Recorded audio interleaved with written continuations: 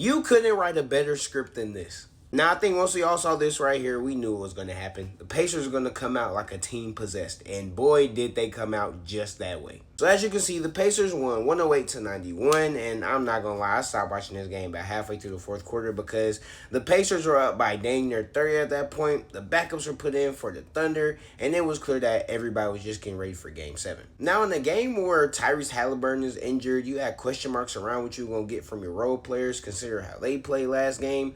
The Pacers came out and performed exceptionally well. Pascal Siakam had one of the best games, if not the best game of his entire career. He had one of the best back-to-back stretches that I've ever seen in my life. He gets on the fast break, Tyrese Halliburton sends him a no-look pass, and he posterizes, I think it was Aaron Wiggins, and then he comes down, gets a turnaround fadeaway to beat the buzzer to end the second half, or the first half. And those two plays were huge momentum shifts. Before then, the Pacers were already dominating. OKC was clearly struggling when Shea was off the court. We saw their offense stagnate. They were turning the ball over a lot, and they couldn't make a three. So it was basically what happened in Game 4, and the Pacers took advantage of it. Tyrese had an amazing game.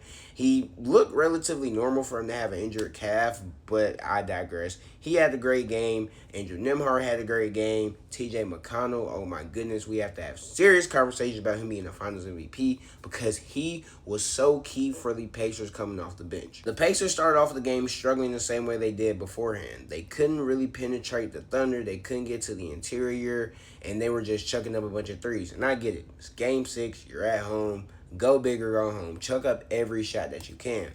But you have to penetrate the paint at some point, and TJ McConnell provided exactly this, and this opened up the game for Indiana's offense. And the saying stands true. Role players play better at home. We talked about TJ McConnell and Pascal Siakam, but just look at Obi Toppin giving you 20, and Aaron Nesmith giving you 10 points, and Ben Shepherd giving you 7, and Miles Turner having what a great game that he had after he was one of my biggest X factors coming to this game.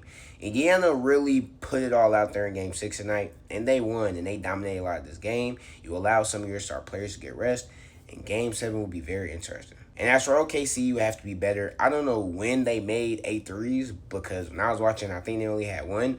But, hey, you have to shoot better. 8 for 30 just isn't going to cut it. 21 turnovers is not going to cut it all. You have to be back to be more assertive on the boards.